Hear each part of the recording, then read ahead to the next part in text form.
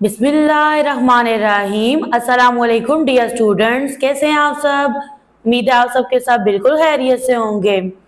Dear student, जैसा कि आप जानते हो लास्ट लेक्चर में आपकी एक्सरसाइज 4 भी कंप्लीट सॉल्व हो गई थी।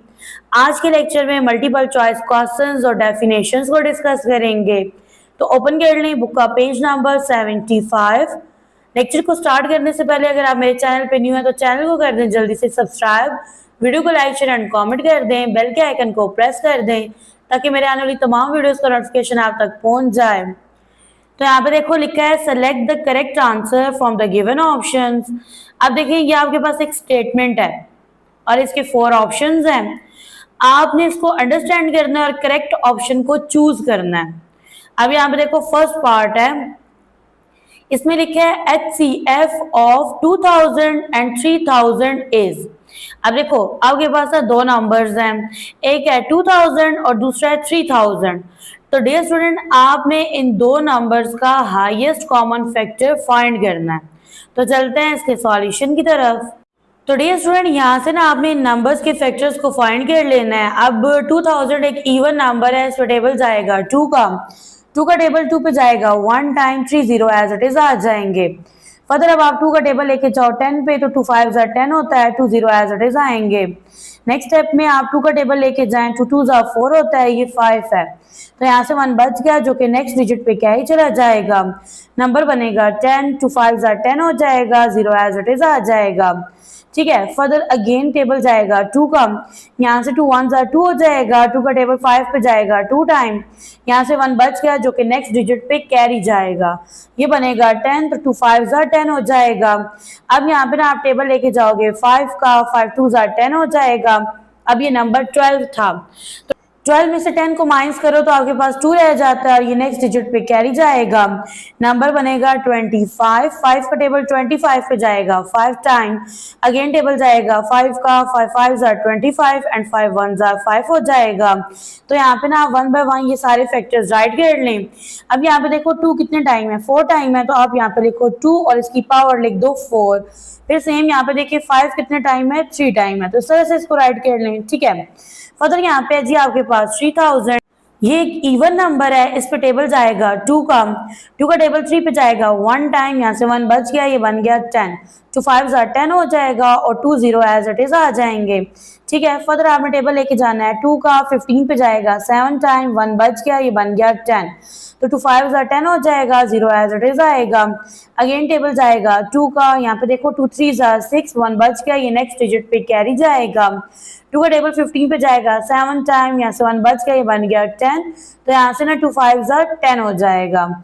ओके, फर्दर आप यहाँ पे ना 5 का टेबल भी लेके जा सकते हैं और 3 का भी, तो मैं लेके जा रही हूँ 3 का टेबल, 3 1 3, 3 2 6, यहाँ से 1 बच गया, ये बन गया 15, 3 5 15। ठीक है, नेक्स्ट टेबल जाएगा 5 का, 5 2 10, यहाँ पे आ जाएगा 2, ये बना 25। 5 का टेबल 25 पे जाएगा 5 टाइम, नेक्स्ट यहाँ पे देखिए 5 5 25, 5 1 5। तो अब यहाँ पे देखो 2 कितने टाइम है, 3 टाइम है, तो यहाँ पे लिख दें 2 की पावर 3। फर्दर आपके पास 1 टाइम 3 है, फिर आप 5 को लिखो, 5 कितने कितने टाइम है, 3 टाइम है। तो अब आपने देखना है जी कॉमन फैक्टर्स को। तो डियर स्टूडेंट यहाँ से कॉमन फैक्टर देखें तो आपके पास बन रहा है 5 की पावर 3, तो इसको राइट कर लो यहाँ पे। तो यहाँ पे लिखेंगे 5 की पावर 3, मल्टीप्लाई का साइन लगाओ। अब यहाँ पे देखो ये आपके पास 2 की पावर 3 और ये है 2 की पावर 4, यानी 2 की पावर 3 यहाँ लाई कर रही है और इधर भी लाई कर रही है, तो दोनों में कॉमन है, तो यहाँ पे राइट कर देंगे 2 की पावर 3। तो डियर स्टूडेंट अब आप कर लें मल्टीप्लाई। यहाँ पे देखो 5 जो है ना ये आपके पास कितने टाइम है, 3 टाइम है, तो इसमें ना 5 5 25, इसको 5 से मल्टीप्लाई कर लें तो ये बनेगा 125, यहाँ पे राइट कर दें। नेक्स्ट है आपके पास 2 की पावर 3, तो इस तरह से लिखो 2 2 4, 4 2 8, तो आपने ना 125 को मल्टीप्लाई कर देना है 8 से, तो 8 को 5 से मल्टीप्लाई करें 40, 0 4 कैरी, 8 2 16, 4 ऐड करेंगे 20, 0 2 कैरी, 8 1 8, 2 ऐड करेंगे 10, तो आपके पास हाईएस्ट कॉमन फैक्टर बन रहा है 1000। तो डी स्टूडेंट यहाँ से हमारे पास करेक्ट ऑप्शन बनेगा 1000 यानी D. Question number 2, LCM of 12, 24 and 48 is. अब यहाँ पे जो आपने LCM लेना है ना वो बाय डिवीजन मेथड के अकॉर्डिंग लेना है। तो चलते हैं इस क्वेश्चन के सॉल्यूशन की तरफ। तो ये आपके पास नंबर्स हैं, इनका आपने LCM फाइंड करना है। तीनों इवन नंबर हैं, डिविजिबल बाय 2 हैं।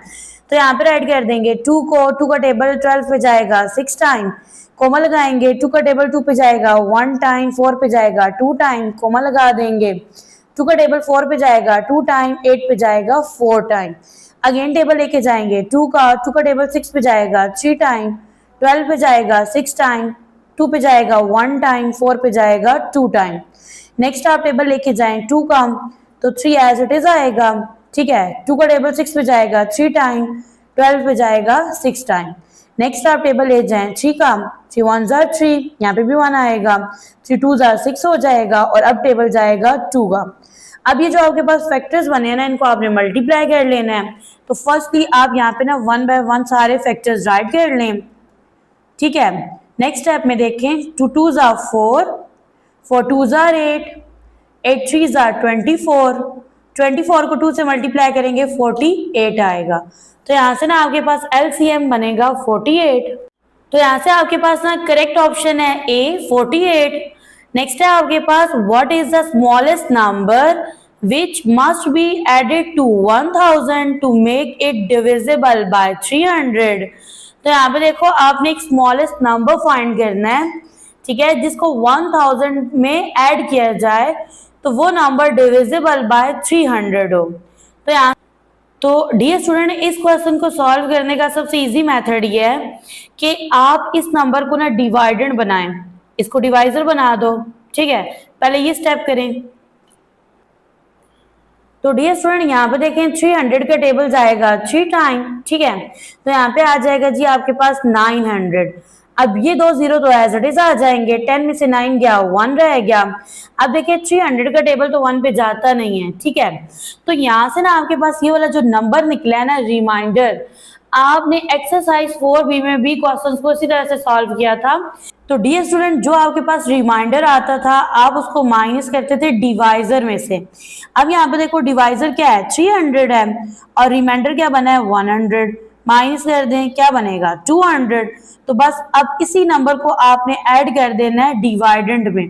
तो डिवाइडेंड क्या है आपके पास 1000, इसको ऐड कर दो किसमें, जो आपके पास निकला है यहाँ पे माइनस करके, तो नंबर क्या है 200।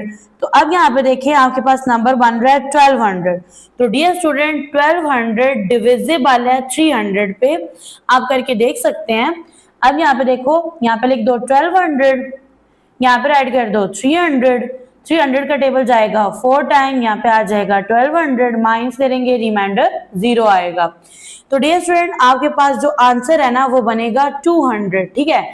आपने कितने नंबर ऐड किए 1000 में 200। नेक्स्ट है आपके पास पार्ट 4।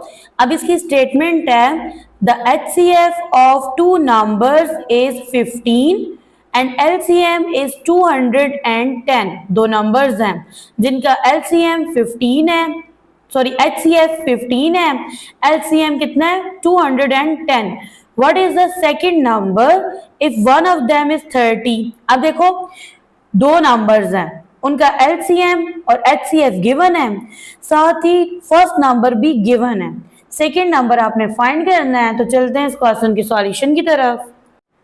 तो यहाँ पे देखो आपने ये फॉर्मूला अप्लाई करना है, प्रोडक्ट ऑफ 2 नंबर्स, एक नंबर गिवन है 30, दूसरा नंबर गिवन नहीं था तो मैंने ना उसको y राइट कर दिया। HCF गिवन था 15, LCM भी गिवन था 210। तो यहाँ से ना डियर स्टूडेंट आपने 210 को मल्टीप्लाई कर देना है 15 से, तो इसका प्रोडक्ट निकलेगा 3150, ठीक है। तो आपने ये वाला नंबर y फाइंड करना है ना, 30 यहाँ मल्टीप्लाई हो रहा है, इक्वल की दूसरे साइड पे आके हो जाएगा डिवाइड। तो यहाँ पे आप इसको डिवाइड कर लें, ठीक है। तो आपके पास जो सेकंड नंबर है वो बनेगा 105, तो यहाँ पे राइट कर दें। नेक्स्ट क्वेश्चन है the smallest number divisible by 2, 3 and 5 is. तो डियर स्टूडेंट आपसे क्वेश्चन पूछा जा रहा है कि आप एक स्मॉलेस्ट नंबर फाइंड करें जो डिविजिबल हो 2, 3 और 5 पे। तो चैप्टर नंबर 2 के अंदर आपने डिविजिबिलिटी रूल पढ़े थे, आप उनको अप्लाई कर लें। कोई भी नंबर डिविजिबल बाय 2 तब होता है जब वो नंबर एंड हो रहा हो डिजिट 0, 2, 4, 6 या 8 पे। तो यहाँ पे देखो ये नंबर एंड हो रहे हैं डिजिट 0 पे, यानी ये चारों नंबर डिविजिबल बाय क्या हैं, 2 हैं। हमने चूज करना है स्मॉलेस्ट नंबर, तो इनमें स्मॉलेस्ट नंबर बन रहा है जी आपके पास 20, फिलहाल के लिए 20 बन रहा है, सही है। नेक्स्ट यहाँ पे देखिए तो आपके पास है नंबर 3, यहाँ पे आपने लगाना है डिविजिबिलिटी रूल। अब जो डिजिट 3 का डिविजिबिलिटी रूल है ना, उसमें आप क्या करते हैं, डिजिट्स को ऐड करते हो, ठीक है। ऐड करने के बाद जो आपके पास सम आता है, अगर वो डिविजिबल बाय 3 हो तो गिवन नंबर डिविजिबल बाय 3 होता है। तो यहाँ पे देखो 3 में 0 ऐड करो, 3 आता है, और 3 डिविजिबल बाय 3 है, यानी 30 डिविजिबल बाय 3 है। फर्दर यहाँ पे देखो 6 में 0 प्लस करो, 6 आता है, और 6 डिविजिबल बाय 3 है, यानी ये नंबर भी डिविजिबल बाय 3 है। यहाँ पे देखो 2 में 0 ऐड करो तो क्या आता है, 2 आता है, और 2 3 पे डिविजिबल नहीं है, तो मीन्स इट के ये नहीं है डिविजिबल, सही है। तो नेक्स्ट आपके पास 90 है, 9 में 0 ऐड करें, 9 आता है, और 9 डिविजिबल बाय 3 है। तो देखो फर्स्ट केस में आपके पास जो स्मॉलेस्ट नंबर बन रहा था वो 20 बन रहा था, और अभी जो स्मॉलेस्ट नंबर बन रहा है वो बन रहा है 30, ठीक है। इसको डीपली अंडरस्टैंड करें। नेक्स्ट है आपके पास नंबर 5, ठीक। तो डियर स्टूडेंट, कोई भी नंबर डिविजिबल बाय 5 तब होता है जब नंबर एंड हो रहा हो डिजिट 0 या 5 पे। तो ये जो 4 नंबर्स है ना, ये एंड हो रहे हैं 0 पे, यानी ये चारों नंबर डिविजिबल बाय 5 हैं, ठीक है।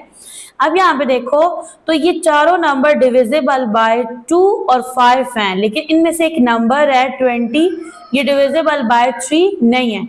तो यहाँ से ना डियर स्टूडेंट, जो हमारे पास स्मॉलेस्ट नंबर बन रहा है जो डिविजिबल बाय 2, 3 एंड 5 है, नंबर है आपके पास 30, तो इसका जो करेक्ट ऑप्शन है वो बनेगा ए।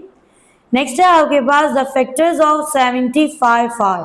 तो अब ये जो नंबर है ना, इसके आपने फैक्टर्स राइट करने हैं, और इसका करेक्ट ऑप्शन आपके पास बी है।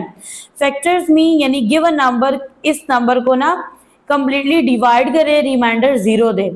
तो यहाँ पे देखो 1, 3, 5, 15, 25 एंड 75, ये नंबर डिविजिबल बाय 75 हैं। दैट्स वाई ये नंबर 75 के फैक्टर्स हैं।